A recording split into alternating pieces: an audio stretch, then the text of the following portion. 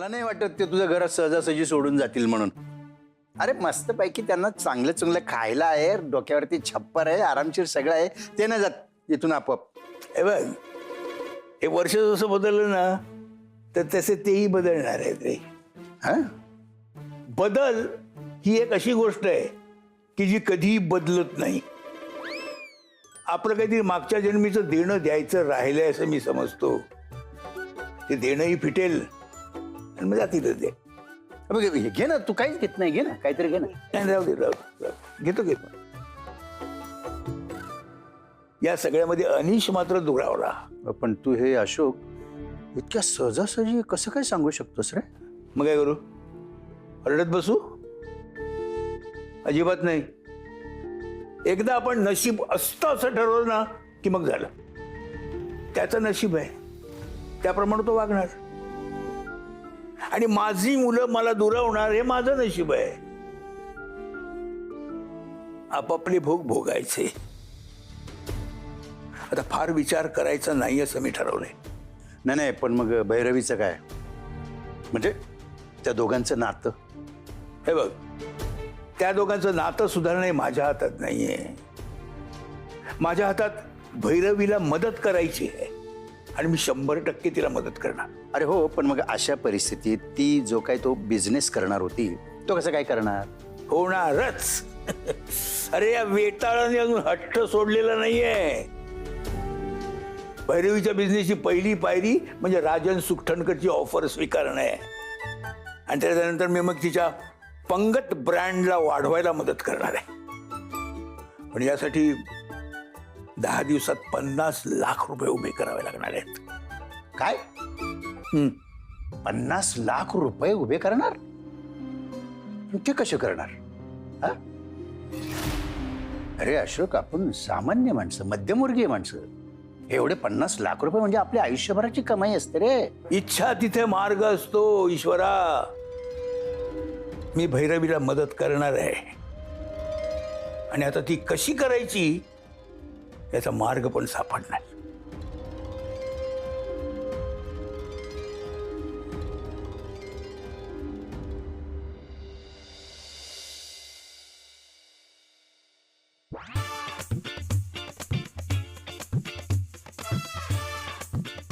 अरे किती वेळ झोपून राहिलात रे? उठा लवकर चला. अरे काय झोपू दे?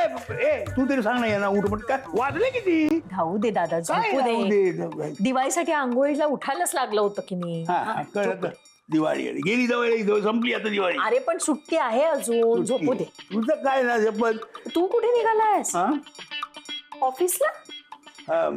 मी जरा बाहेर जाऊन येतो. बाहेर कुठे?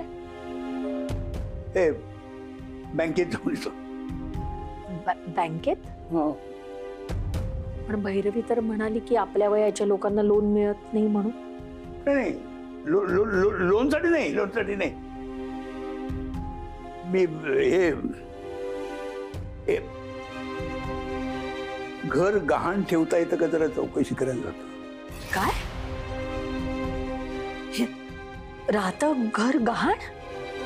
हा, काय करणार? हे घर गहाण ठेवण्याशिवाय दुसरं मार्गच नाही. तर काय करणार? मी जरा बघतो ना काय करता येईल ते. 50 लाख रुपये कसे उभे करणार त्याशिवाय? पण राहतं घर गहाण ठेव. काही केलंच नाही. मी बघतो ना, नुसती चौकशी तरी करून येतो. हा बर, नीट जा.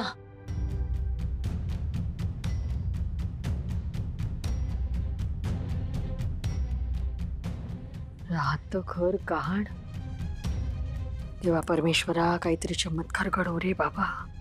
ही वेळ येता कामा नये. कुठून तरी पैसे उभे कर.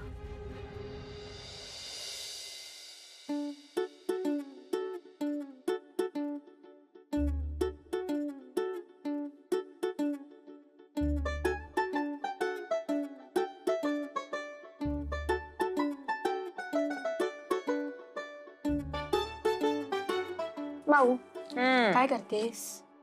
मी अरे काही संस्था असतात ज्या आपल्या स्टार्टअप कंपनीज असतात ना त्यांना फायनान्शियल हेल्प करतात. त्यांना कोणाला कॉन्टॅक्ट करता येतोय का जरा बघतीये. अच्छा. का? अरे आपल्याला आता बिझनेस सुरू करायचा आहे ना, त्यासाठी आपल्याला हेल्प लागेल फायनान्शियल. म्हणजे आपल्याकडे पैसेच नाही आहेत. अरे तू डंबो आहेस का? आपल्याला बिझनेस करायचा आहे, आपल्याकडे एवढे पैसे नाहीयेत. हो ना माऊ? करेक्ट. पण तुम्ही नका टेन्शन घेऊ या गोष्टीचं, आपण करू काहीतरी. ओके. अरे मी कसं विचारू, तू विचार ना. काय झालं विचारा. माऊ, आजोबा आमच्यावर चिडले आहेत का? आजोबा कधी चिडतात का तुमच्यावर? का बरं असं वाटलं तुम्हाला? अगं माऊ, मगाशी ना ते आत्या आजीला सारखं बोलत होते, घर घाण ठेवतात, घर घाण ठेवतात. आम्ही खरंच घर घाण ठेवतो का? नाही गो, अजिबात नाही. मग ते मगाशी असं आत्या आजीला का सांगत होते की घर घाण ठेवतात, घर घाण ठेवतात? मला तर एकदम कसं तरीच वाटलं. आम्ही पसारा करतो पण घर घाण नाही ठेवत. हो मला माहिती आहे, अजिबात नाही घाण ठेवत. मी बोलते हा आजोबांची, मी विचारते त्यांना. ओके, डोंट वरी. बर, त्यांनी पुस्तकं दिलेली वाचायला सुरुवात केली का तुम्ही?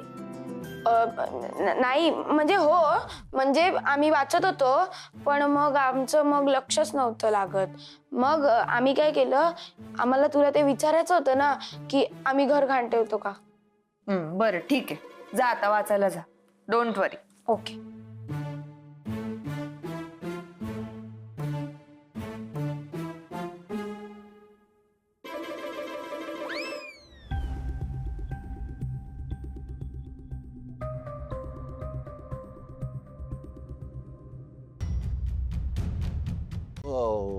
राजू बोलू का म्हातारीशी? कशासाठी? हाय का तर काय तुले सांगतो, मगासपासून एवढी बडबड बडबड करतो, तुला काहीच नाही ऐकायला येत का? अरे बाबा आता ते दिवाळीला पैसे दिले ना, पण ते म्हणजे दागिना लागतो ना बायकांना, मग दागिने पाहिजे ना, मग म्हाताऱ्याला मागतो बाबा दागिन्यासाठी पैसे दे. ए मामा, तू काय दिवसा सुद्धा देशी प्यायला लागलास काय? अरे डोकं फिरलंय का तुझं?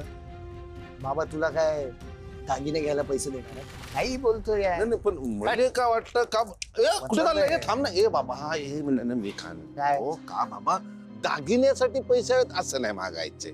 आपण काहीतरी मला वेगवेगळं काहीतरी पाहिजे त्यासाठी पैसे मागायचे. तुला काय वाटतं वेगळं घ्यायचं सांगून काही उपयोग होणार आहे? अरे इतकी वर्ष नोकरी केली आहे त्या माणसाने, 1 रुपया साठवून ठेवला नाही रे. छे. काय म्हणे तर आईच्या आजारात सगळे पैसे खर्च झाले, म्हणून मला हे नोकरीतलं आवडत नाही. आयुष्यभर बाबांनी हेच केलं, दुसऱ्यांसाठी मरमर करत राहिले. जेव्हा आमच्यासाठी वेळ आली तेव्हा काय उभे राहतायत, पैसा नाहीये म्हणतायत. नाही ते पण आहेत म्हणा, तरी पण भाऊजींना विचार. मामा अरे काही उपयोग होणार नाही त्याचा. जे काही थोडे पैसे राहिले असतील ना त्यांच्याकडे, ते सुद्धा ते त्या भैरवीला देणार आहेत. असं सुकटणकरला द्यायला. अरे 50 लाख रुपये द्यायचे त्याला तिच्या बिझनेस साठी. 15 दिवसाची मुदत दिली होती त्यांनी, त्यातले आता 2 दिवस निघून गेले.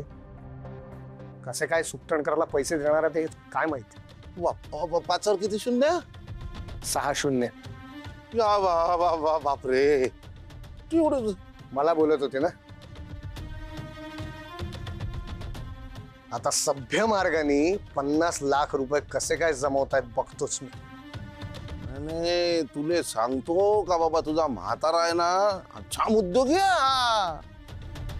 तो 5वर 6 शून्य लावून त्या सुकटन करायला देतो की नाही बघ, देईलच तो.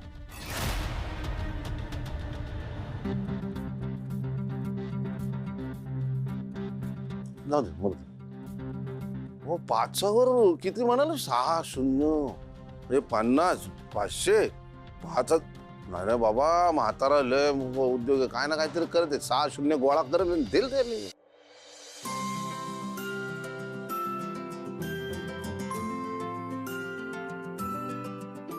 भैरवी. ओ हाय. हाय.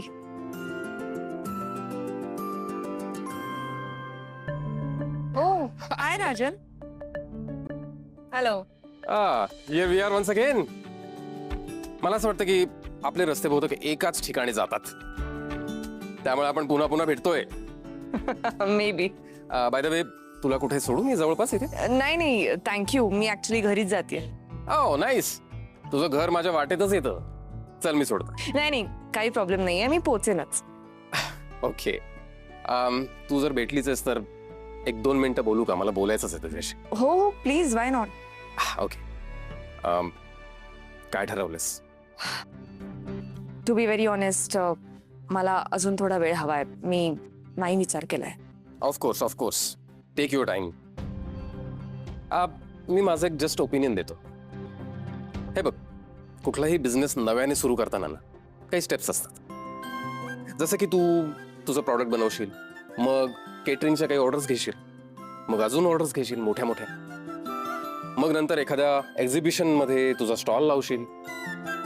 ही सगळी प्रोसेस सुरू राहील. पण यासाठी तुला स्टाफ लागेल, एक सेटअप लागेल, आणि त्यानंतरही प्रॉफिटची गॅरंटी नाही. समजा लॉस झाला तर कसा बेअर करशील? आणि अगेन्स्ट दॅट तू जर का माझ्यासोबत बिझनेस केलास तर फायदेच फायदे आहेत. पॉइंट नंबर 1, माझा ब्रँड एस्टॅब्लिश्ड आहे. तुझं प्रॉडक्ट माझ्या ब्रँड सोबत काम करेल. पॉइंट नंबर 2, मी माझ्या आउटलेट्समध्ये तुझं प्रॉडक्ट ठेवेन. त्याचा खप झाला तर ठीक, नाही झाला तर ती कॉस्ट मी बेअर करेन. तुला तुझे पैसे मिळालेले असते.